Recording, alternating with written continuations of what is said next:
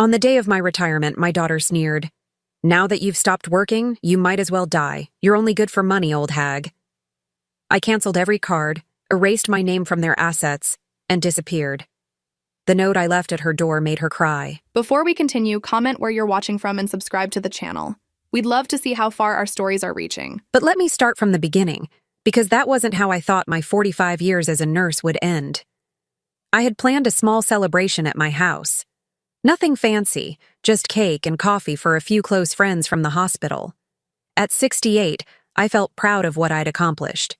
4 decades of night shifts, emergency rooms, holding hands with dying patients, comforting families in their worst moments. I'd saved lives, delivered babies, been there when people needed someone most. Jessica arrived an hour late, as usual. She walked in wearing that expensive coat I'd bought her last Christmas, the one that cost more than my monthly grocery budget. Her husband Brian followed behind, checking his phone instead of greeting anyone. They both had that look they always wore when they visited me, like they were enduring something unpleasant. "Mom, we can't stay long," Jessica said, not bothering to hug me. "Brian has that conference call with Tokyo." I'd learned not to expect much from these visits. Jessica was busy with her marketing job, Brian with his real estate business. They had important lives, important people to see. I understood that. At least, I told myself I understood. My friend Margaret from the cardiac unit was telling everyone about my dedication, how I'd never missed a shift even when I was sick. "Linda never thought about herself first," she said, "always putting others before her own needs." That's when Jessica laughed. Not a happy laugh, but something sharp and bitter. "Oh, that sounds like Mom. Always the martyr." The room went quiet. My other friends shifted uncomfortably in their chairs. I felt heat rising to my cheeks, but I tried to smooth things over the way I always did. "Jessica's just joking," I said quickly. But she wasn't done. When Margaret mentioned my pension and how I could finally relax and travel, Jessica's expression changed completely. Her face twisted into something I barely recognized. "Travel? With what money?" Jessica's voice got louder. "Do you people know how much her pension actually is? It's pathetic. Barely covers her medications and that tiny house." I stared at my daughter, my heart starting to race the way it did during medical emergencies. But this felt worse than any code blue I'd ever responded to. "Jessica, please," I whispered. She turned to face me directly, and what I saw in her eyes made my blood freeze. Pure contempt. Like I was something disgusting she'd found stuck to her shoe. "Now that you've stopped working, you might as well die. You're only good for money, you old hag." The words hit me like a physical blow. I actually took a step backward, my hand finding the wall for support. The room was completely silent now. My friends looked horrified. Even Brian looked up from his phone, his face pale. "Jessica," Margaret said sharply, "that's your mother. My mother who hasn't contributed anything meaningful to this family in years." Jessica shot back. "Do you know what it's like having everyone ask why your mother still lives in that dump? Why she dresses like she shops at thrift stores? She embarrasses us everywhere we go." I felt something breaking inside my chest. Not my heart, exactly, but something deeper. Something that had been holding me together for years. "Honey," I started, but she cut me off. "Don't honey me. I'm tired of pretending you're anything more than a burden. At least when you were working, you had some use. Now you're just another old woman taking up space." The words kept coming, each one landing like a scalpel. How I was an embarrassment at family gatherings. How my small house made them look bad. How they had to make excuses for me to their friends. How she wished I would just disappear so they could move on with their lives without having to worry about the poor old mother situation. My friends started making excuses to leave. Within 10 minutes, my retirement celebration was over. The cake sat untouched on the table. The coffee grew cold. My achievements, my decades of service, my entire career reduced to nothing by my own daughter's cruelty. After everyone left, I sat alone in my living room, still wearing the navy dress I'd bought specially for today. The house felt different somehow. Smaller. Emptier. Like all the air had been sucked out of it. Jessica and Brian had left without saying goodbye, without apologizing, without even seeming to notice what they'd done. But I noticed. I noticed everything. I noticed how Jessica's voice had changed when she talked about money. How her eyes had lit up with something ugly when Margaret mentioned my pension. How she'd calculated exactly what my retirement meant to her, financially. I noticed that she'd said, "old hag," with the same tone someone might use to discuss garbage pickup.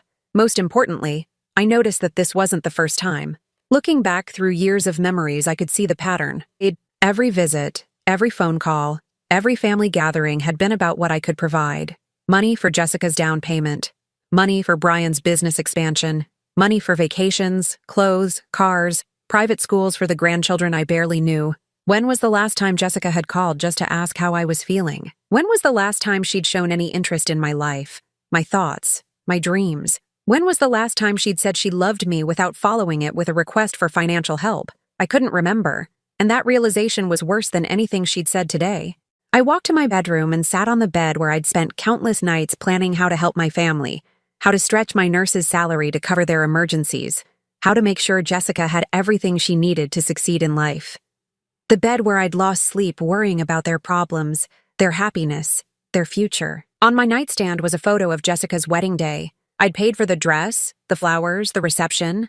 She looked beautiful and happy. I looked proud and hopeful. We both looked like different people. That night, I couldn't sleep. I lay in the dark, thinking about everything Jessica had said and everything she hadn't said. About the daughter I'd raised and the stranger she'd become.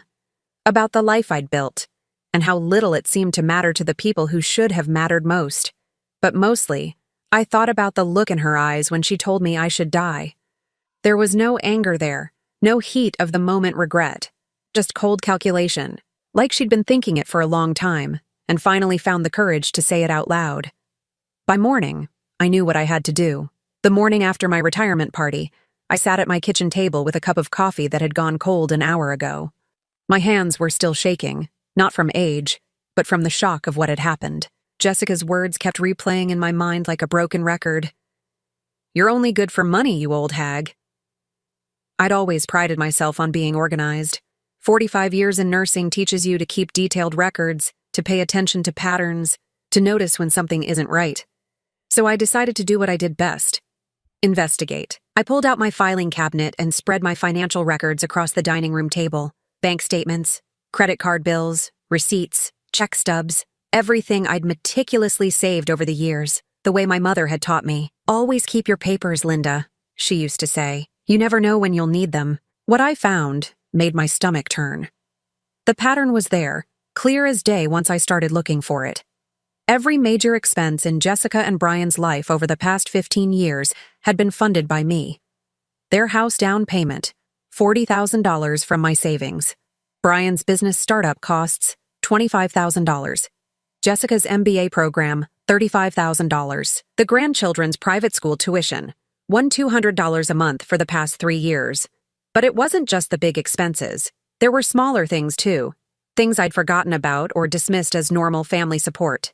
Car repairs, medical bills, vacation deposits, credit card payments when they'd overspent, always accompanied by the same story: temporary setback, unexpected expense, just until we get back on our feet. I found a folder I'd labeled emergency fund that was now completely empty. Money I'd saved for my own emergencies, for home repairs, for medical expenses, all gone to their various crises. Then I found something that made me sit down hard in my chair. A credit card statement from last month. A card I'd given Jessica 3 years ago for emergencies only. The balance was $8,000, but the charges weren't for emergencies. Designer handbags, expensive restaurants, a weekend spa retreat, jewelry, clothes. Hundreds of dollars spent at stores I'd never even heard of. I called the credit card company with hands that wouldn't stop trembling. "Mrs. Davidson? Yes. We show 3 authorized users on your account. You, Jessica Davidson Miller, and Brian Miller. The account has been quite active this year." "How active?" Well, you personally haven't used the card in 8 months, but the other users have charged approximately $15,000 this year. $15,000 on my credit card. Money that would come out of my already modest pension. Can you tell me what the charges were for?" The representative read through a list that made me feel sick. Expensive dinners, shopping sprees, hotel stays, airline tickets. While I was eating soup and crackers for dinner to make my grocery money last, they were living like royalty on my dime. After I hung up, I sat in silence for a long time. Then I started making more phone calls. My bank confirmed that Jessica was listed as a joint account holder on my savings account, with full access to withdraw funds. She'd been making regular withdrawals for months, always just under the amount that would trigger a notification to me. My insurance company told me that both Jessica and Brian were listed as beneficiaries on my life insurance policy, which Jessica had convinced me to update 2 years ago for estate planning purposes. The mortgage company confirmed that I'd been listed as a co-signer on Jessica and Brian's house loan, making me liable if they defaulted. Each phone call revealed another layer of financial entanglement I barely remembered agreeing to. Jessica had been so persuasive, so loving when she asked, "It's just a formality, Mom. Just to make things easier. Just temporary. Just in case." I thought about all the times she'd visited over the past few years. How she always asked about my finances, my accounts, my passwords. "Just making sure you're managing okay, Mom. At your age, it's important to have help with these things." I'd been flattered. My successful, educated daughter wanted to help me navigate the complicated world of modern banking. I'd felt grateful, not suspicious. Now I realized she hadn't been helping me at all. She'd been helping herself. That afternoon, I drove to Jessica's house for the first time in months. It was in the expensive part of town, the kind of neighborhood I'd never dreamed of affording on a nurse's salary. The house was beautiful, with perfect landscaping and 2 luxury cars in the driveway. I didn't knock. Instead, I sat in my old Honda across the street and watched. Jessica came home from work in her BMW talking on her phone. Through the window, I could see her laughing, animated, happy. She looked nothing like the cruel woman who'd humiliated me yesterday. Brian arrived an hour later. They stood in their driveway talking, and I could see them clearly. They looked prosperous, successful, content. They looked like people who had everything they wanted in life. And they did have everything they wanted, because I'd given it to them. My 2 grandchildren, Emma and Michael, ran out to greet their parents. Beautiful, well-dressed children who barely knew me existed. When was the last time they'd visited me? When was the last time Jessica had brought them by, or invited me to their school plays, or asked if I wanted to spend time with them? I couldn't remember that either. As I watched my family's perfect life unfold in front of their perfect house, bought with my money, maintained with my credit cards, secured with my signature, I finally understood what Jessica had meant yesterday. I wasn't their mother and grandmother. I was their financial institution. A resource to be managed and exploited. Not a person to be loved and respected. The cruelest part was how good they'd gotten at it. How Jessica could call me with tears in her voice, talking about unexpected expenses and temporary hardships. How Brian could shake his head sadly and talk about the burden of raising children in such an expensive world. How they could make me feel grateful to be able to help, honored to be included in their lives, necessary to their happiness. But I'd never been necessary to their happiness. I'd only been necessary to their lifestyle. I thought about all the nights I'd worked double shifts to save money for their emergencies. All the vacations I'd skipped, clothes I'd gone without, repairs I'd postponed. All the times I'd chosen their comfort over my own, their wants over my needs. And what did I have to show for it? A daughter who called me a worthless old hag. A son-in-law who couldn't be bothered to look up from his phone during my retirement party. Grandchildren who treated me like a stranger. I started the car and drove home as the sun was setting. My small house looked even smaller after seeing their mansion. My old furniture looked shabbier. My simple life looked pathetic. But for the first time in years, I wasn't ashamed of what I had. I was ashamed of what I'd given away. That night, I made a list. Not of what I'd lost, but of what I could still control. My pension, my remaining savings, my credit cards, my house, my signature on their loans, my name on their accounts. Jessica had been right about one thing yesterday. Now that I'd stopped working, things were going to change. Just not the way she expected. I'd always been methodical. In nursing, you learn that careful planning saves lives. You check medications twice, follow procedures exactly, document everything. Mistakes can be fatal. Now, as I sat at my kitchen table surrounded by financial documents, I applied that same precision to my own situation. The first thing I did was change all my passwords, banking, credit cards, insurance, everything. Jessica had insisted on knowing them all for emergencies, but I realized now that the only emergency had been her need for my money. Then I called my credit card companies, one by one. I need to remove the authorized users from my accounts, I told each customer service representative. May I ask why, Mrs. Davidson? I'm simplifying my finances. It wasn't a lie. I was simplifying them by removing the people who were draining them dry. The process took hours, but by the end of the day, Jessica and Brian no longer had access to any of my credit cards. $15,000 in charges they'd made without my knowledge would be their last. Next, I visited my bank. Patricia, the manager who'd known me for 20 years, smiled warmly when I walked in. "Linda, how does it feel to be retired?" "Liberating," I said, and meant it more than she could know. "I need to make some changes to my accounts." I removed Jessica as a joint account holder, changed my account numbers, and set up new passwords and security questions. I also arranged for all statements to be sent electronically to a new email address that only I knew. "Are you sure about this?" Patricia asked, looking concerned. "Jessica has been helping you manage these accounts for years." "That's exactly the problem," I replied. The hardest part was dealing with the co-signed loans. I couldn't simply remove my name without Jessica and Brian's cooperation, but I could document everything for future reference. I requested copies of all loan documents and payment histories. What I found was worse than I'd imagined. They were 3 months behind on their mortgage payments. My perfect credit score was being destroyed by their financial irresponsibility, and I'd had no idea. The bank had been sending notices to their address, not mine, so I'd never seen the warnings. I scheduled a meeting with a lawyer for the following week. Margaret had given me the name of someone who specialized in elder financial abuse. Elder abuse, she'd called it. The phrase made me wince, but I was beginning to understand that's exactly what this was. That evening, Jessica called.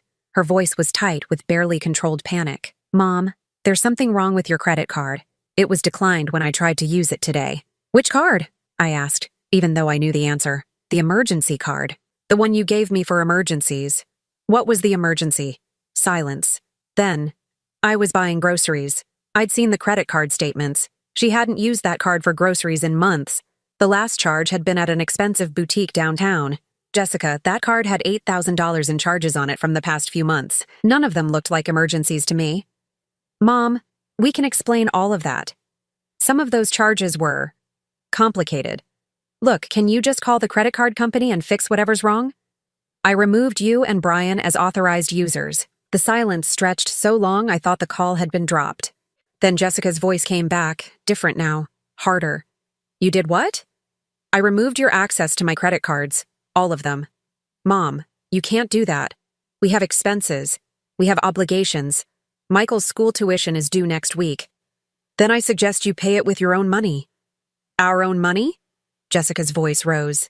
"Mom, you know our situation. Brian's business is still recovering from the recession. My salary barely covers our basic expenses. Our basic expenses. I thought about their 2 luxury cars, their 5-bedroom house, their country club membership, their annual vacations to Europe. Basic expenses. Jessica, I've been reviewing my financial records. Do you want to know what I found?" "Mom, this isn't the time for—" "In the past 5 years, I've given you and Brian over $150,000.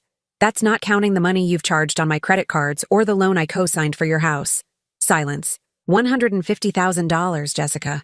That's more than I made in 5 years when I first started nursing. And yesterday you told me I was worthless, that I should die because I'm only good for money. I was upset. I didn't mean— You meant every word, and you were right. To you, I am only good for money. But here's the thing. If that's all I am, then you don't get the money and you don't get me. I hung up before she could respond. Within an hour, Brian called. His voice was smooth, reasonable, the tone he used when he was trying to sell someone something. "Linda, I think there's been a misunderstanding. Jessica is upset, and I think maybe some wires got crossed." "No wires got crossed, Brian. I understand the situation perfectly. Look, I know Jessica said some things she didn't mean yesterday. She was stressed about work, and you know how she gets when she's under pressure." "How long has she been under pressure?" "Because according to my records, you've been taking money from me for 15 years. Taking is a strong word. We've always been grateful for your help, and we've always intended to pay you back. When were you planning to pay me back? Because I don't see any payments in my records. No interest, no repayment schedule, no acknowledgement that any of this was ever a loan." Brian cleared his throat. "We thought of it more as family support. You know, the kind of help parents give their children. Parents who are respected and loved by their children. Not parents who are called worthless old hags." "Linda, please." Jessica didn't mean that. "Then she can tell me herself. But first, she can explain why she's been withdrawing money from my savings account without telling me. She can explain why my credit score is being destroyed by your late mortgage payments. She can explain why I've been co-signing loans I didn't even know existed. I don't know what you're talking about." Then you'd better figure it out because as of today, the bank of Linda Davidson is permanently closed. I hung up on him too. The phone rang 6 more times that evening. I didn't answer. I was done being available for their emergencies, their explanations, their manipulations. Instead, I sat in my living room with a notepad, making plans.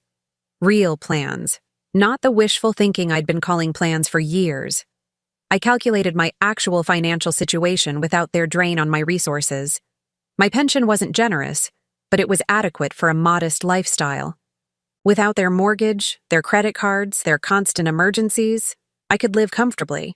More importantly, I could live independently. I thought about where I wanted to spend my remaining years. Not in this house, which held too many memories of being used and dismissed. Not in this town, where everyone knew me as Jessica's mother, the nurse who'd worked all those years to support her ungrateful family. I wanted to go somewhere no one knew my story. Somewhere I could be Linda Davidson, not Linda the doormat, Linda the ATM, Linda the burden. I'd always loved the ocean. As a child, my family had vacationed at a small coastal town 3 hours north. I remembered walking on the beach at sunrise, feeling like the world was full of possibilities. I hadn't felt that way in decades. I spent the evening researching small coastal towns within driving distance. Places where I could afford a modest apartment, where I could volunteer at local hospitals or clinics, where I could build a life based on who I was, not what I could provide to others. The next morning, I called a real estate agent. "I'm looking to sell my house quickly," I told her, "and I'm looking to relocate to the coast." Any particular reason for the move? I thought about how to answer that. Because my daughter told me I should die? Because I've been financially abused for 15 years? Because I need to disappear before I lose what's left of my dignity? "I'm starting a new chapter," I said instead, "and I want a clean break from the old one." That afternoon, I drove through the town I'd called home for 40 years, seeing it with new eyes. Every street corner held memories of rushing to help Jessica with some crisis. Every store reminded me of something I'd bought for her family instead of myself. Every familiar face belonged to someone who'd witnessed my gradual transformation from independent woman to family ATM. I was ready to leave it all behind. But first, I had one more task to complete, the most important one of all. Day morning at 7 o'clock. I'd chosen that time deliberately, knowing Jessica wouldn't be awake and Brian would already be at his office. I didn't want witnesses to my departure, didn't want to deal with last-minute guilt trips or desperate promises they'd never intend to keep. I'd spent 2 weeks preparing for this moment with the same meticulous care I'd once used to prepare surgical patients. Every detail planned, every contingency considered, every loose end tied up. The coastal town I'd chosen was called Harbor Point, population 8,000, small enough that I could disappear, large enough that I wouldn't feel isolated. I'd rented a 1-bedroom apartment site unseen, based only on photos and a video call with the landlord. It was modest but clean, with a view of the harbor from the kitchen window. More importantly, it was 200 miles away from Jessica and Brian. The realtor had been amazed at how quickly my house sold. "The market is hot right now," she'd explained. "But this is still unusual. You priced it very competitively." I'd priced it to sell fast, not to maximize profit. I wanted out more than I wanted money. After paying off my remaining mortgage and the realtor's commission, I'd cleared enough to buy a reliable used car and put a substantial amount in savings. Money that would be mine alone for the first time in decades. The moving crew worked efficiently, loading my furniture into their truck.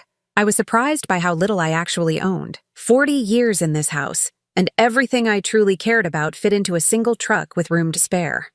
As they loaded my bedroom set, I watched from the kitchen window. Jessica's house was visible in the distance, a monument to my financial sacrifice.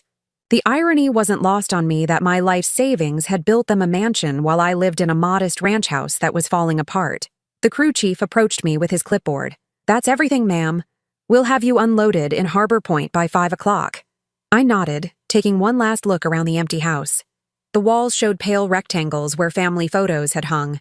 Photos of Jessica's wedding, the grandchildren's school pictures, family vacations I'd paid for but hadn't been invited on. I'd left most of those pictures behind. They belonged to a different life, a different version of myself. The only photo I'd kept was an old one of my mother and me, taken when I graduated nursing school. We both looked so hopeful in that picture, so proud. My mother had worked 2 jobs to help me through school, just like I'd later worked extra shifts to help Jessica through hers. But there was a crucial difference. I had loved and respected my mother. I had never called her worthless or suggested she should die. Before leaving, I had one final task. I walked to Jessica's front door and taped an envelope to it, sealed with her name written in my careful handwriting. Inside was a letter I'd spent days writing, editing, perfecting. It said everything I needed to say and nothing I would regret. The walk back to my car felt different, lighter somehow, like I was shedding years of accumulated weight with each step. I drove out of town without looking back. The apartment in Harbor Point was perfect for my needs, small but comfortable, with hardwood floors and windows that let in plenty of light. The kitchen was tiny but efficient. The bedroom was just large enough for my bed and dresser. Most importantly, it was mine. No co-signers, no joint accounts, no authorized users. Just my name on the lease, my security deposit, my responsibility. The landlord, George Peterson, was a retired fisherman in his 70s. He helped me carry boxes upstairs, refusing to let me pay the movers extra for the service. "Welcome to Harbor Point," he said as we finished. "It's a quiet place. Good for people who want to be left alone, but friendly when you're ready for company." That sounded perfect. That evening, I sat in my new living room with a cup of tea, watching the sun set over the harbor through my kitchen window. Fishing boats were returning from their day at sea, their lights twinkling in the gathering darkness. The sound of gulls and lapping water was more peaceful than anything I'd heard in years. My phone had been buzzing all day. 17 missed calls from Jessica, 11 from Brian. I'd turned off the ringer hours ago. Eventually, they'd have to find the envelope. I wondered what they were thinking right now. Had they noticed the moving truck? Had they tried to call me at home? Had they driven by to see the for sale sign in my front yard, now bearing a bright red sold banner? I imagined Jessica's panic when she realized what was happening. The frantic calls to the bank, only to discover she no longer had access to my accounts. The desperate attempt to use credit cards that would be declined. The growing understanding that their financial safety net had disappeared. More than that, I imagined their shock at discovering I was capable of leaving. For 15 years, I'd been their reliable constant, always available, always helpful, always there to bail them out of whatever crisis they'd created. I'd been so predictable, so manageable, so easily taken for granted. They'd probably assumed I'd forgive Jessica's cruel words the way I'd forgiven everything else over the years. A few tears, a half-hearted apology, maybe some flowers, and life would return to normal. The Bank of Linda Davidson would reopen for business, but there would be no forgiveness this time, no second chances, no benefit of the doubt, no turning the other cheek. At 9 o'clock, my phone rang, Jessica's number. I let it go to voicemail, then listened to her message. Her voice was different than I'd ever heard it. Not the confident, dismissive tone she usually used with me, but something desperate and frightened. "Mom, where are you? I went by the house and there's a sold sign in the yard. Your neighbor said she saw a moving truck. Please call me back. We need to talk. I know you're upset about what I said, but we can work this out. Please, Mom. I'm scared." She was scared. The woman who told me I should die because I was worthless was now scared because her source of easy money had vanished. I deleted the message and turned off my phone. The next few days passed quietly. I unpacked my belongings, arranged my furniture, learned the layout of my new town. Harbor Point had a small hospital where I inquired about volunteer opportunities. The director, a woman named Sarah, was delighted to meet me. "We desperately need experienced nurses," she told me. "Even as volunteers. Would you be interested in working with our hospice patients?" I would be very interested. Taking care of people in their final days had always been the most meaningful part of my career. Being present for families during their most difficult moments, providing comfort and dignity when medical cures were no longer possible. "I'd love that," I told Sarah. "When can I start?" By the end of my first week in Harbor Point, I'd established a routine. Volunteer shifts at the hospital 3 days a week, walks along the harbor in the evenings, groceries at the small market where everyone seemed to know everyone else. People were friendly but not intrusive, welcoming but not pushy. Nobody knew my history. Nobody knew about Jessica or Brian or the years of financial abuse. I was just Linda Davidson, retired nurse, new in town. It felt like being reborn. My phone continued to ring regularly. Jessica, Brian, even numbers I didn't recognize. I'd blocked their calls, but they kept trying from different phones. I never answered, never listened to the voicemails. There was nothing they could say that would change anything. Then, exactly 1 week after I'd moved, Jessica appeared at my old house. My former neighbor, Mrs. Chen, called to tell me, "Linda, dear, there's a young woman at your old house. She's been there for hours, crying on the front porch. She says she's your daughter. The new owners haven't moved in yet, so there's no one to help her. Should I call someone? That's Jessica, I told her. Don't worry about her. She'll figure out what to do. But she seems so upset. She keeps saying she needs to find you, that there's been some terrible misunderstanding. There had been no misunderstanding. Jessica had shown me exactly who she was, and I'd finally believed her. Mrs. Chen, Jessica is an adult. She can take care of herself. You don't need to get involved.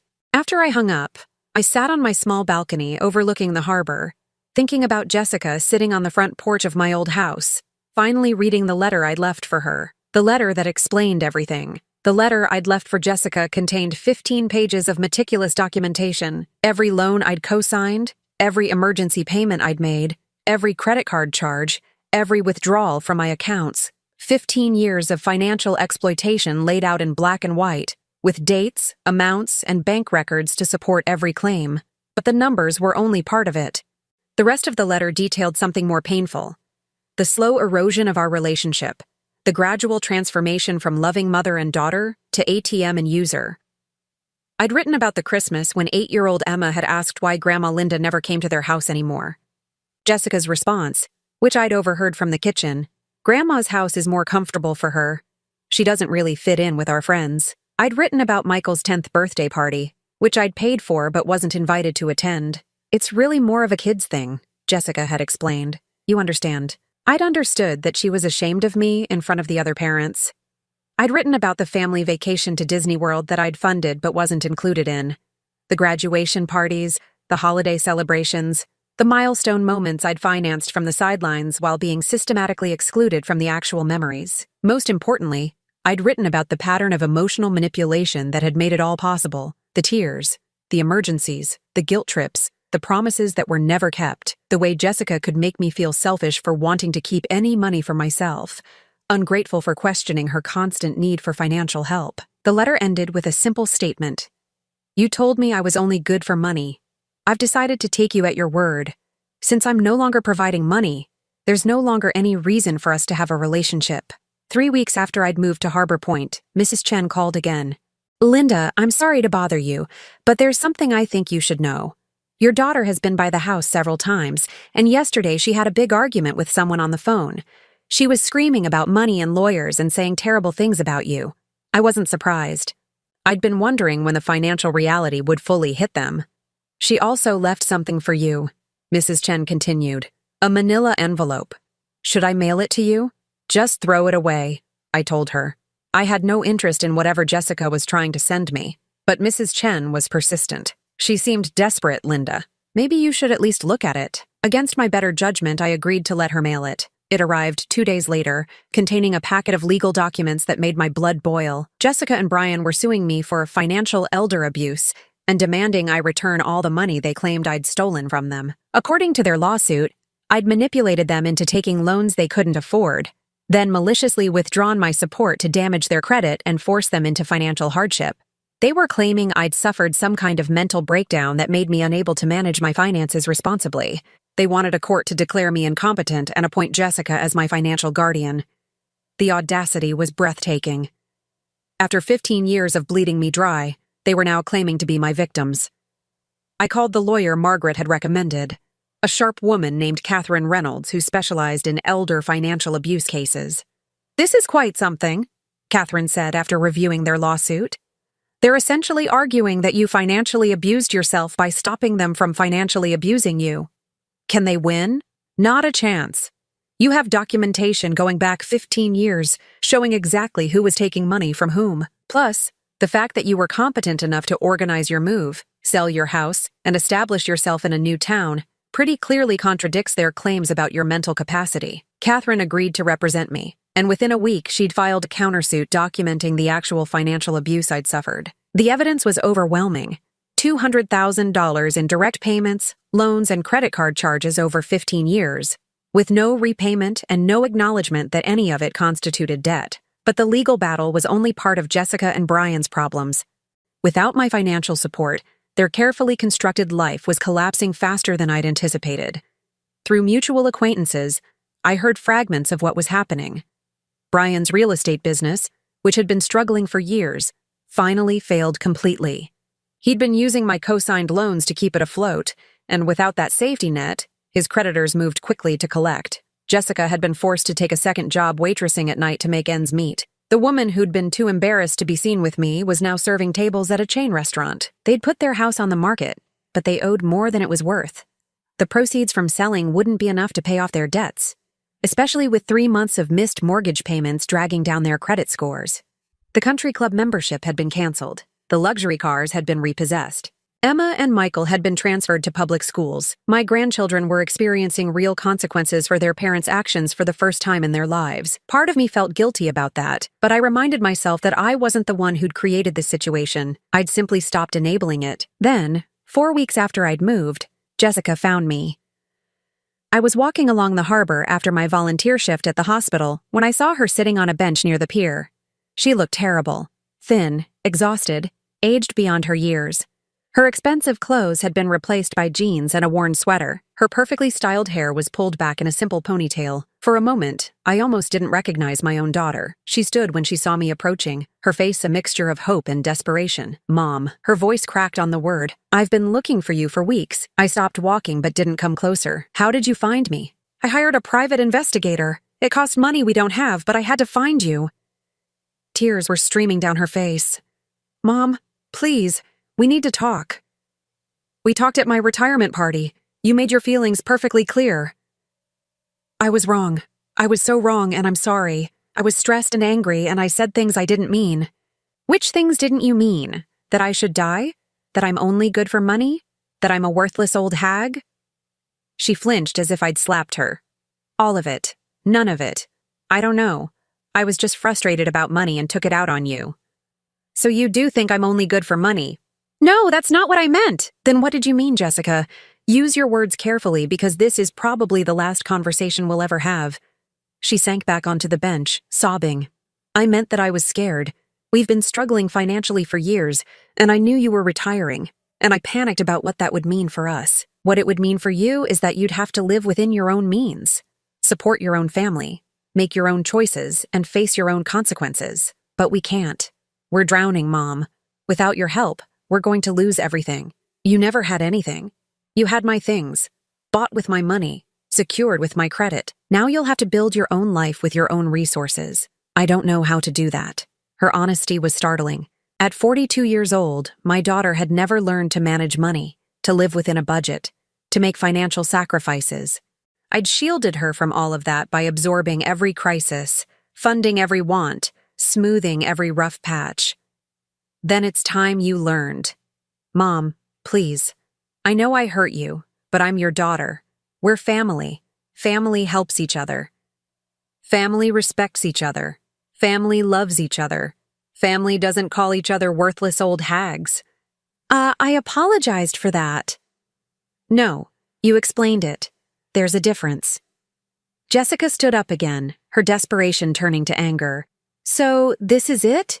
You're going to destroy our family because I said some stupid things when I was upset?" "I didn't destroy anything, Jessica. I simply stopped funding it. Same thing. And there it was. The truth we'd been dancing around for 15 years. In Jessica's mind, our family relationship was purely transactional. Without my money, there was no family." "You're right," I said quietly. "It is the same thing, which tells you everything you need to know about what our family actually was." I started walking away, but she called after me. "Mom, wait, please. If you won't help us financially, will you at least drop the lawsuit? We can't afford lawyers. We're going to lose everything anyway." I turned back to face her one last time. "You should have thought of that before you decided I was expendable." As I walked away, I heard her sobbing behind me. Part of me wanted to comfort her, the way I'd comforted her through every childhood disappointment, every teenage heartbreak, every adult crisis. But that part of me had died the day she told me I should die. 6 months after I'd disappeared from my old life, I was sitting in the Harbor Point Community Center, teaching a CPR class to local residents. My students were a diverse group: young mothers, retired fishermen, shop owners, teenagers working their first jobs, all of them eager to learn, grateful for my expertise, respectful of my knowledge. It struck me that in 6 months, These near strangers had shown me more genuine appreciation than my own family had in 15 years. "Remember," I told the class as they practiced chest compressions on the training dummies, "the most important thing is to start immediately. Don't worry about doing it perfectly. Doing something is always better than doing nothing." The irony of those words wasn't lost on me. For years, I'd done nothing while Jessica and Brian slowly drained my finances and my dignity. I'd told myself I was being patient, understanding, loving. In reality, I'd been enabling their abuse by refusing to set boundaries. After class, a woman named Dorothy approached me. She was about my age, with kind eyes and silver hair pulled back in a practical bun. "Linda, that was wonderful. I feel so much more confident now about handling emergencies." She paused, studying my face. "I hope you don't mind me saying this, but you seem different from when you first moved here." Happier. She was right. I did feel different, lighter somehow, like I'd been carrying a heavy weight for so long that I'd forgotten what it felt like to stand up straight. "I'm finding my footing," I told her. "It's been an adjustment, but a good one." Dorothy nodded knowingly. "Sometimes we have to lose everything to find ourselves." I hadn't lost everything, though. I'd lost Jessica and Brian and the grandchildren I barely knew. I'd lost the illusion of a loving family and the burden of being their ATM, but what I'd gained was worth so much more. That evening, I sat on my small balcony overlooking the harbor, reviewing the latest report from Catherine, my lawyer. The countersuit against Jessica and Brian was proceeding smoothly. Their own lawsuit had been dismissed with prejudice, meaning they couldn't file it again. More importantly, they'd been ordered to pay my legal fees. "They're in complete financial free fall," Catherine had told me during our last phone call. "Their lawyers dropped them when they couldn't pay their bills. They're representing themselves now, which is about as effective as you'd expect." I'd also received updates from Mrs. Chen, who still checked on the old house periodically. The new owners were a young couple with 2 small children, and they'd already made improvements I could never have afforded. Fresh paint, new landscaping, a playground in the backyard. The house looked loved in a way it never had when I lived there. Jessica and Brian had moved into a small rental apartment across town. Both were working multiple jobs to make ends meet. The children had adjusted to their new school, according to Mrs. Chen, though Emma had asked several neighbors if they knew how to contact Grandma Linda. That information hit me harder than I'd expected. Emma was only 10 years old. She didn't understand the adult complications that had torn our family apart. To her, I'd simply vanished from her life without explanation. For a moment, I considered reaching out to her, writing a letter, sending a card, something to let her know I still thought about her. But then I remembered how Jessica had systematically excluded me from Emma's life, long before our final confrontation. How many school plays, birthday parties, and milestone moments I'd missed because Jessica found me embarrassing. How Emma had been taught to see me as an obligation rather than a beloved grandmother. If I contacted Emma now, Jessica would use it as leverage. She'd manipulate the situation, use her daughter's emotions as weapons, try to guilt me back into my old role as family ATM. Emma deserved better than to be caught in the middle of that manipulation, so I stayed away. It was one of the hardest decisions I'd ever made, but I knew it was the right one. My new life in Harbor Point had settled into a comfortable routine. 3 days a week, I volunteered at the hospital, working primarily with hospice patients and their families. The work was emotionally demanding but deeply satisfying. There's something profound about being present with people during their final journey, helping them find peace and dignity in their last days. The other days, I kept busy with community activities. I joined a book club that met at the library every Tuesday. I'd started volunteering at the local food bank on Saturdays. I'd even begun taking watercolor painting classes at the community center. For the first time in decades, I was living for myself, making choices based on what I wanted to do, not what someone else needed me to provide. My small apartment had become a sanctuary. I decorated it with things I loved: soft blue curtains that reminded me of the ocean, plants that thrived in the sunny windows, books I'd always meant to read but never had time for, photos of my parents, my nursing school graduation, my years at the hospital, memories from before Jessica's needs consumed my entire identity. I'd also made friends, real friends, not people who tolerated me because I was useful to them. Dorothy from the CPR class had become a regular companion for morning walks along the pier. George, my landlord, often stopped by to check on things and stayed for coffee and conversation. Sarah from the hospital had invited me to several staff social events, treating me like a valued colleague despite my volunteer status. These people knew me as Linda Davidson, retired nurse, community volunteer, watercolor enthusiast. They had no idea about my previous life as the family ATM. To them, I was simply myself, and that was enough. 1 year after moving to Harbor Point, I received an unexpected visitor. I was tending to the small herb garden I'd planted on my balcony when I heard footsteps on the stairs outside my apartment. A knock at the door revealed a young man I barely recognized. Michael, my grandson, 17 years old now, tall and serious-looking, with eyes that reminded me of my father. "Grandma Linda?" His voice was deeper than I remembered, but uncertain. "Michael." I stood frozen in my doorway, unsure what to feel. "What are you doing here? I needed to find you, to talk to you." He looked around nervously. "Can I come in?" I hesitated, then stepped aside. He entered my small apartment, looking around with curious eyes. "This is nice," he said, seeming genuinely surprised. "It's peaceful." "How did you find me?" "Same private investigator Mom used. I've been saving money from my job for months." He sat down on my couch, his adult height making my furniture look smaller. "I turned 18 last month. Mom doesn't know I'm here." I sat across from him, studying his face. He looked older than his years, with a weariness that broke my heart. "Why did you want to find me?" Michael was quiet for a long moment, gathering his thoughts. When he spoke, his words were measured and mature. "Because I figured out what really happened. Between you and Mom and Dad? I was 15 when you left, not 5. I could see what was going on."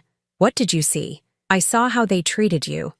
How they only called you when they needed money. How they talked about you when you weren't around." He looked down at his hands. "I saw Mom charge thousands of dollars on your credit cards for things we didn't need.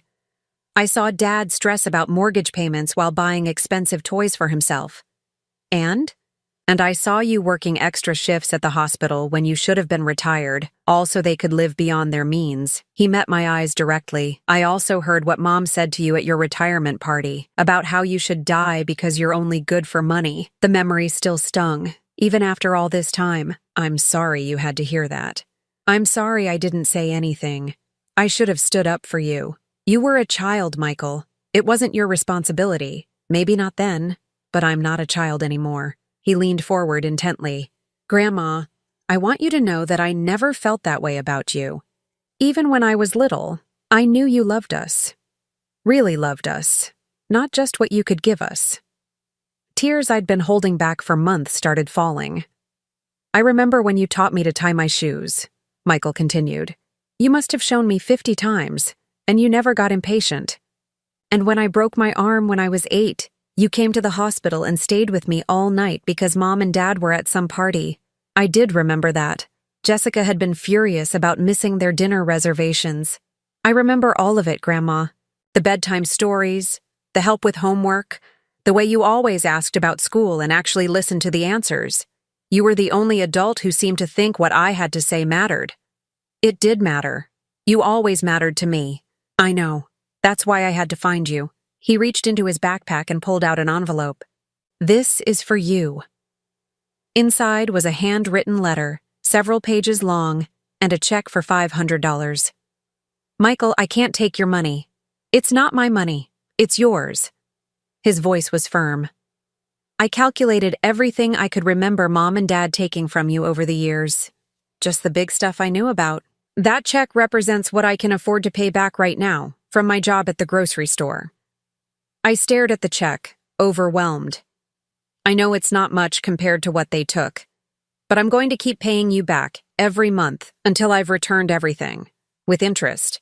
"Michael, you don't owe me anything." "Yes, I do. They stole from you, and I benefited from that theft. Maybe I was too young to stop it, but I'm not too young to make it right." I looked at this remarkable young man, this grandson I barely knew, who had somehow grown up with a moral compass despite his parents' example. "What about your family? How are things at home?" His expression darkened. "They're getting divorced. Dad moved out last month. Mom's working 3 jobs and still can't make ends meet. Emma's having a hard time with all of it. I'm sorry. I'm not. They brought this on themselves." His voice was matter of fact, without anger or bitterness. "They had a choice between treating you with respect and keeping their ATM. They chose the ATM and lost both. What will you do now?" "I'm graduating next month, then going to community college in the fall. I'll live with a friend and work part-time to pay for school." He smiled for the first time since arriving. "I'm going to study nursing, like you." My heart swelled with pride. "That's wonderful, Michael. I wanted to ask you something. Would it be okay if I called you sometimes? Or visited? I know you probably don't want anything to do with our family after everything that happened, but I was hoping maybe you'd give me a chance to prove I'm different." I looked at this young man who'd used his own money to find me, who'd taken responsibility for debts he didn't create, who'd chosen a career dedicated to helping others. He was nothing like his parents. He was everything I'd hoped he could become. "I'd like that very much," I told him. We talked for 3 more hours, about his plans for the future, about my new life in Harbor Point, about everything except the painful history that had brought us to this point. When he finally left, promising to call the following week, I felt something I hadn't experienced in years: hope for the future. Not just for myself, but for the possibility that something good could grow from the wreckage of our family. As I watched his car drive away, I realized that Jessica's cruelty had inadvertently given me the greatest gift imaginable. It had forced me to discover my own worth, independent of what I could provide to others. I was no longer Linda the ATM, Linda the enabler, Linda the doormat. I was simply Linda, and for the first time in my adult life, that was enough.